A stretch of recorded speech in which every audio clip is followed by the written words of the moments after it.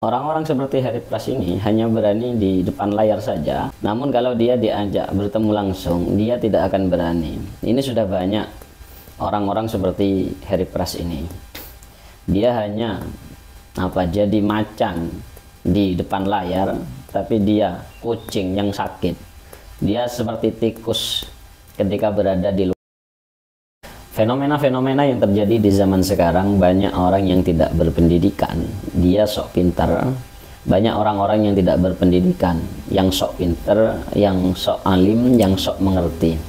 Bahkan mereka berani mengomentari orang-orang yang berpendidikan, berani mengomentari orang-orang yang sudah alim di bidangnya. Seperti Harry Pras. Harry Pras ini orang yang sok pintar, yang sok alim, yang seolah-olah dia mengerti segala hal meskipun bukan bidangnya, mengerti masalah apapun meskipun bukan bidangnya. Tidak ada keahlian yang lain kecuali hanya silat saja. Itu pun kalau memang silatnya diakui, dia sebagai master, dia sebagai guru. Namun kan perlu dipertanyakan, karena silatnya yang dia bangun sekarang sudah tidak laku. Berarti kan memang kalau kita katakan dia ahli di dalam masalah silat, ya bukan ahlinya. Harry Pras berani mengajak debat.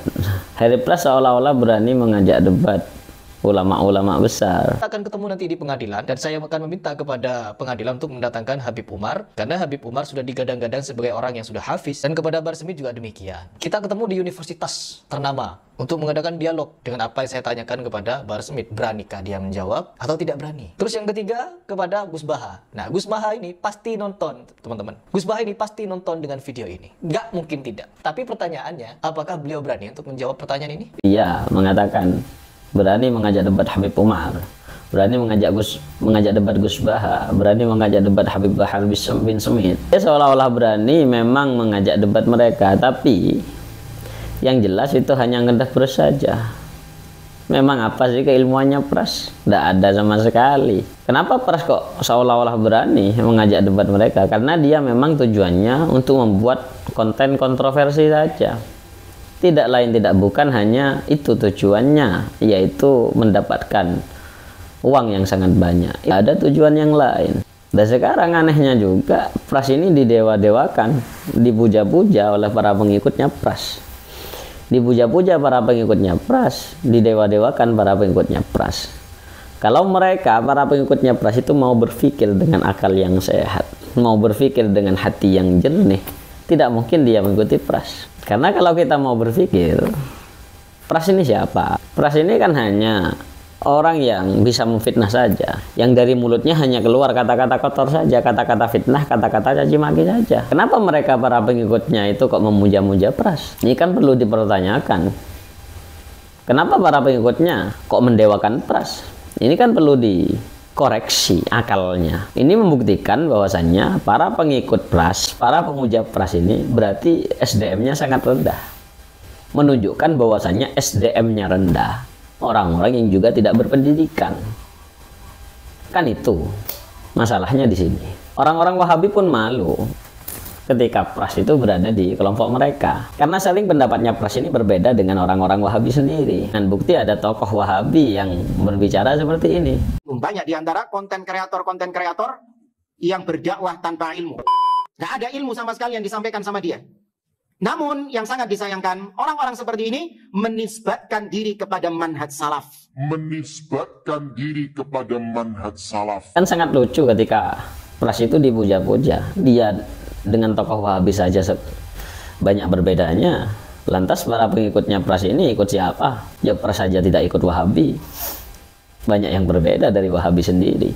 Orang-orang Wahabi itu semuanya, orang-orang Wahabi itu sebenarnya atau Pras ini hanya mengerti satu ilmu saja, yaitu bid'ah, tidak ada yang lain. Jadi pikiran mereka itu sempit, dangkal. Yang mereka pikirkan hanya bid'ah, bid'ah, dan bid'ah. Yang mereka ketahui hanya bid'ah. Saya ketika mendengarkan ceramah-ceramahnya tokoh Wahabi itu sangat lucu. Masalah mengucapkan Alhamdulillah setelah kita, Jawanya gelegean, setelah kita gelegean apa? Lupa saya bahasa Indonesianya ya. Kita ngomong Alhamdulillah, itu bid'ah. Dia menganalogikan kenapa kalau setelah kentut kita gak ngomong Alhamdulillah. Masalah mengucapkan Sayyidina kepada Nabi Muhammad, Itu juga dipermasalahkan oleh mereka. Padahal tujuan kita, orang-orang Ahlussunnah wal Jamaah, supaya kita itu menghormati Rasulullah. Tidak jambal lah bahasa Jawanya itu. Masa kita mau manggil Nabi Muhammad? Kan nggak sopan. Akhirnya kita panggil dengan Sayyidina Muhammad. Sama dengan pras ini ketika memanggil tokoh-tokoh Wahabi sendiri. Dia panggil dengan Ustadz, dia panggil dengan Kiai. Tidak ada mereka menyuruh panggil saya Ustadz, panggil saya Kiai, nggak ada. Tapi kenapa kok mereka manggil Ustadz, manggil Kiai? Karena sebagai penghormatan saja kepada mereka. Sama apalagi Nabi Muhammad. Beliau orang-orang pilihan, kekasihnya Allah. Ya kita panggil dengan gelar yang sangat mulia, yaitu Sayyidina, pimpinan kita, yakni Nabi Muhammad. Itu dipermasalahkan sama orang-orang Wahabi. Masalah kultum ketika selesai sholat atau sebelum sholat, itu dipermasalahkan. Masalah maulid, karena Rasulullah tidak melakukan, ada penentuan waktu, itu dipermasalahkan. Alasannya cuma satu, bid'ah. Hadisnya cuma satu, kullu bid'atin dhalalah wa kullu dhalalatin finnar. Itu saja yang diputar-putar, itu saja yang diulang-ulangi orang-orang Wahabi, tokoh-tokoh Wahabi. Lepras ini seolah-olah ingin meniru mereka, supaya dia kelihatan alim, supaya dia kelihatan pinter. Padahal nyatanya ya bodoh dungu di dalam masalah agama. Bahkan di video terbarunya dia membuat judul yang kontroversi, sangat tidak sopan. Judul di kontennya dia katanya singa tapi malah kabur. Itu ditujukan kepada Habib Rizik. Lepras sendiri kabur sekarang. Dia kota kelahirannya di Jember, tapi dia kabur di tempat atau di kota yang aman, yang di situ yang banyak orang-orang Wahabinya. Saya yakin Pras ini tidak akan berani ke Jember, tidak akan berani kembali ke kotanya sendiri, karena di kotanya sendiri dia hina, dia dihinakan. Di kotanya sendiri dia tidak diterima, tidak laku lah di Jember. Pras ngomong nggak pakai akal lah. Padahal guru kita semua, yakni Agus Bahauddin, Gus Baha, lebih terkenalnya Gus Baha mengatakan bahwasanya para habaib itu sangat mulia. Gus Baha memuliakan para habaib, para dzurriyyah Rasulullah. Bahkan gurunya beliau Yai Maimun Zubair, lebih terkenalnya Mbah Maimun, beliau murabbi ruhina Mbah Maimun Zubair mengatakan, jangan sampai menghina para habaib, jangan sampai menghina para cucu Nabi. Kalau sampai menghina para cucu Nabi, hati-hati, nanti akan mati dalam keadaan kafir. Na'udzubillah, innalillahi wa inna ilaihi raji'un. Dengan bukti dia sekarang lari ke tempat yang aman, dia tidak berani di tempatnya sendiri. Katanya berani mengajak debat, katanya berani dia mengajak apapun, tapi dia sekarang lari. Sebenarnya dia rumahnya di Jember, siapa yang tidak tahu? Profil dia di Jember, tapi kenapa dia sekarang tidak ada di Jember? Dari Pras ini tidak mungkin berani ke Jember. Yang pertama, satu, dia tidak akan berani kembali ke kota kelahirannya, ke Jember, karena di kota kelahirannya dia sudah terkenal jelek. Yang kedua, dia tidak akan berani mengomentari ulama-ulama Madura, kiai-kiai Madura, karena dia tahu akan lebih bahaya. Yang dia komentari adalah kiai-kiai Jawa, kiai-kiai sabar, ulama-ulama yang sabar, para habaib Yaman. Dia yang dia komentari ini sekarang. Kenapa kok yang dia komentari hanya ulama-ulama Jawa, ulama-ulama yang dari Timur Tengah? Karena dia tahu bahwasanya ulama-ulama ini tidak akan menuntut, ulama-ulama ini tidak akan menyerang balik. Ulama ini tidak akan menuntut Heri Pras. Tapi coba sekarang kalau memang berani Heri Pras, komentari sudah kiai-kiai Madura, ulama-ulamanya Madura, dia komentari kalau memang berani. Tidak mungkin berani dia. Kenapa? Karena dia tahu ketika dia mengomentari kiai-kiai Madura, dia akan terkena karma, dia akan didatangi para muhibbin, dia akan didatangi oleh para santri-santri kiai-kiai Madura ini dengan bukti video Heri Pras yang dipukuli, Heri Pras yang dipermalukan ketika Pras ini mengomentari Yai Khalil As'ad atau Lora Az-Zaim pada waktu itu. Sebenarnya saya kurang paham ya, ini mengomentari Yai Khalil As'ad atau Razaim ini. Tapi yang jelas pada waktu itu mengomentari ulama-ulamanya situ Bondo. Langsung Pras ini dicari sama muhibbin-muhibbinnya. Kemudian ketika dia sudah berada di sana, kemudian dipermalukan, dia tidak melawan sih. Katanya ahli bela diri, nggak ada. Pras tidak bisa melawan sama sekali. Nah itu Pras cuma berani di kandang saja, dia cuma berani di depan layar saja. Yang kedua, dia tidak akan berani ke Jember. Dia lari ke kota yang aman, ke kota yang mana di situ banyak orang-orang Wahabi. Kalau memang dia berani, sudah kembali ke Jember saja sudah. Kembali ke Jember saja sudah.